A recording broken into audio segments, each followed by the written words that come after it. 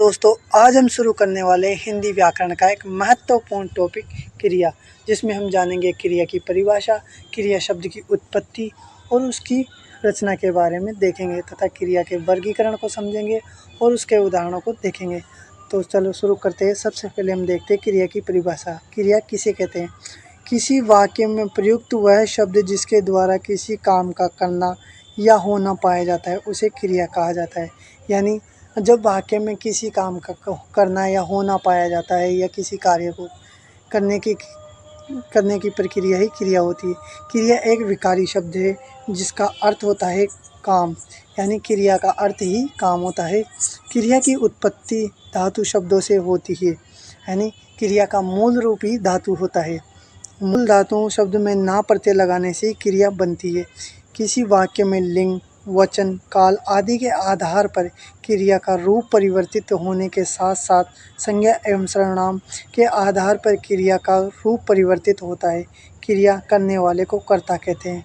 यानी क्रिया किसे कहते हैं? क्रिया वह किसी भी वाक्य में किसी काम का करना या होना पाया जाना ही क्रिया होती है। क्रिया का अर्थ होता है काम तथा क्रिया को जो करता है उसे हम कर्ता कहते हैं, यानी क्रिया को संपादित करने वाला ही कर्ता होता है।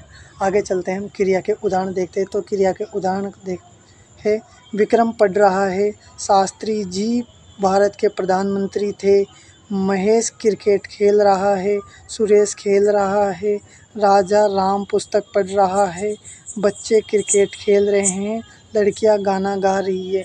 इन सभी उदाहरणों में कोई ना कोई कार्य हो रहा है, अतः ये सब क्रिया के उदाहरण हैं। आगे चलते हैं। प्रथम वाक्य में विक्रम द्वारा पढ़ाई का कार्य करना पाया जा रहा है, अतः वाक्य में पढ़ रहा क्रियापद है। द्वितीय वाक्य में स्पष्ट से किसी काम का करना दिखाई नहीं दे रहा, लेकिन काम का होना पाया जा रहा है, अतः इस वाक्य में थे क्रियापद होगा।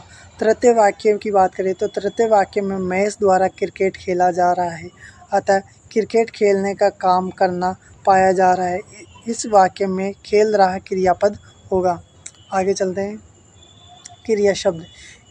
क्रिया शब्द किसे कहते हैं? वे शब्द जिनसे किसी कार्य या काम के होने का बोध हो उसे हम क्रिया शब्द कहते हैं। यानी जब वाक्य में किसी काम का करना या होना पाया जाता है तो हम उसे क्रिया कहते हैं, तथा जिन शब्दों से किसी काम का करना या होना पाया जाए या बोध हो उसे हम क्रिया शब्द कहते हैं। उस शब्द को हम क्रिया शब्द कहते हैं।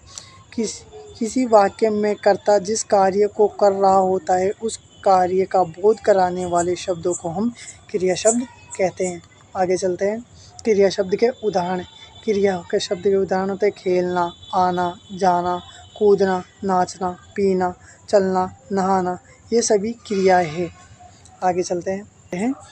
तीसरा आधार है हमारा क्रिया का काल के आधार पर क्रिया के भेद, यानी तीसरे आधार पर हम क्रिया का विभाजन करते हैं काल के आधार पर। काल के आधार पर तीन प्रकार से हम क्रिया को बांटते हैं: भूतकालिक क्रिया, वर्तमानकालिक क्रिया और भविष्यकालिक क्रिया।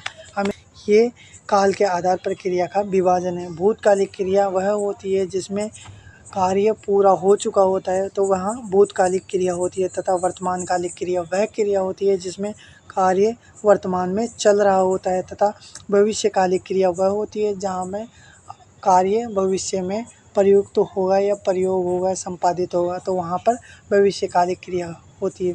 आई होप आपको वीडियो पसंद आई होगी। यदि वीडियो पसंद आई तो वीडियो को लाइक करें, हमारे चैनल को सब्सक्राइब करें। धन्यवाद।